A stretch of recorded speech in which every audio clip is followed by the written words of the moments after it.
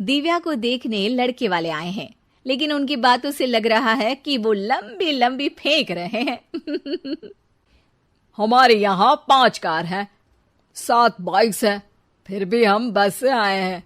वो क्या है ना कि हमें दिखावे का बिल्कुल शौक नहीं है।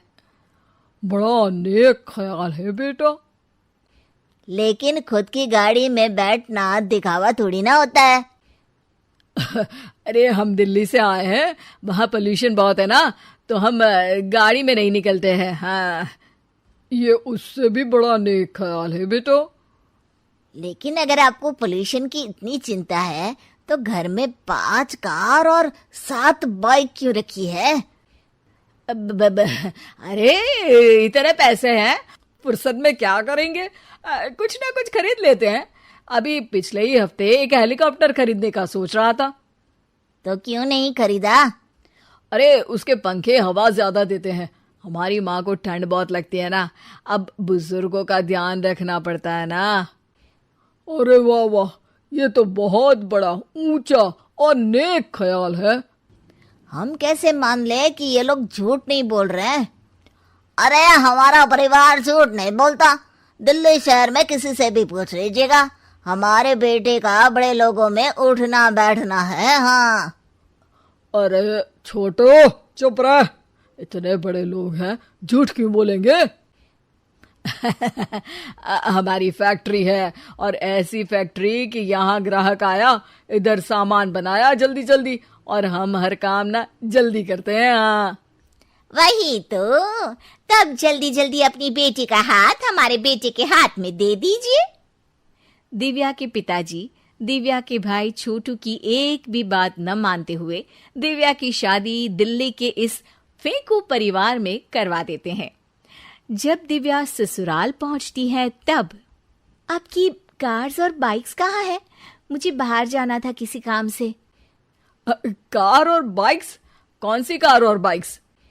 अरे जब आप मुझे देखने आए थे तो कहा था ना कि आपके यहाँ 5 कार्स हैं और 7 बाइक्स हैं। हाँ हाँ, उस दिन थी, आज नहीं है। है? आज कहाँ गई? अरे जिनकी थी वो ले गए। मतलब वो आपकी नहीं थी? आपने तो कहा था हमारे घर पर है। हाँ घर पर थी, बाबूजी का एक पार्ट टाइम काम है, कार और बाइक धोने का। उस दिन घर पे 5 कार और 7 बाइक्स थी तो बोल दिया था। अरे झूठ थोड़ी ना बोला है, जैसा था वैसा बोल दिया। और वो हेलीकॉप्टर खरीदने वाली बात, वो झूठ थी क्या?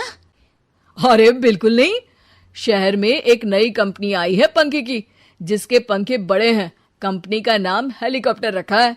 जब लेने गए तो हवा बहुत तेज फेंक रहा था, तो माँ ने बोला ठंडी लगेगी बेटा। वैसे भी दिल्ली में ठंड ज्यादा होती है ना। झूठ कहाँ बोला मैंने, जैसा था वैसा बोल दिया। हे भगवान! और वो फैक्ट्री वाली बात, इधर ग्राहक आया उधर सामान तैयार। अरे वो भी तो बिल्कुल सही है। मेरा ना पानी पूरी का ठेला है, इधर ग्राहक आता है उधर पानी पूरी बना देता हूँ। अरे झूठ कहाँ बोला, जैसा था वैसा बोल दिया।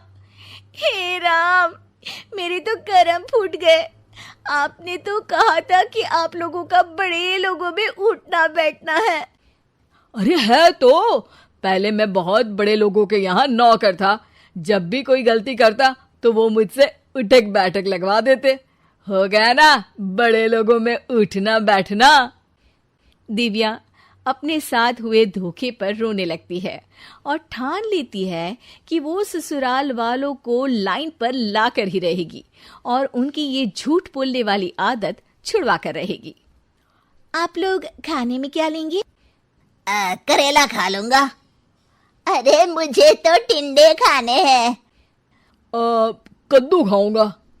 अच्छी बात है, खाने के टेबल पर मिलते हैं। शाम को जब सब खाने के टेबल पर मिलते हैं तो सब देखते हैं कि टेबल पर प्लेट्स में एक पूरा और कच्चा कद्दू रखा है, कच्चा करेला रखा है और कच्चे टिंडे भी रखे हैं। बहू ये सब क्या है? ससुर जी के लिए करेले, आपके लिए टिंडे और श्रवण जी के लिए कद्दू। अरे वो तो दिख रहा है, लेकिन ये पकाया क्यों नहीं है? आप लोगों ने पकाने को तो नहीं कहा था, बस मैंने पूछा था क्या खाएंगे, तो आपने ये कहा था कि करेले, टिंडे और कद्दू खाने वाले हैं। ये क्या मजाक है दिव्या, तुम झूठ बोल रही हो। अरे मजाक कहाँ है, आपने कहा कद्दू खाएंगे तो खाइए, ऐसे थोड़ी ना कहा था कि पका हुआ खाएंगे। और वो आप क्या कहते हैं, जैसा था वैसा बोल दिया, झूठ कहाँ बोला मैंने। दिव्या की बात सुनकर, समझकर सब शर्मिंदा हो जाते हैं और उन्हें अपने किए और झूठ बोलने की आदत पर पछतावा होता है। दिव्या समझदारी दिखाते हुए उन्हें सच के रास्ते पर चलने और किसी से मजाक में भी झूठ ना बोलने की सीख देती है और उनके काम में मदद करके उनके काम को और बड़ा बनाने में मदद करने लग जाती है। हमारे चैनल कुमार कहानी वाला पर और अधिक इंटरेस्टिंग वीडियो देखने के लिए अभी चैनल को सब्सक्राइब करें तथा नोटिफिकेशन पाने के लिए बेल आइकन को प्रेस करें।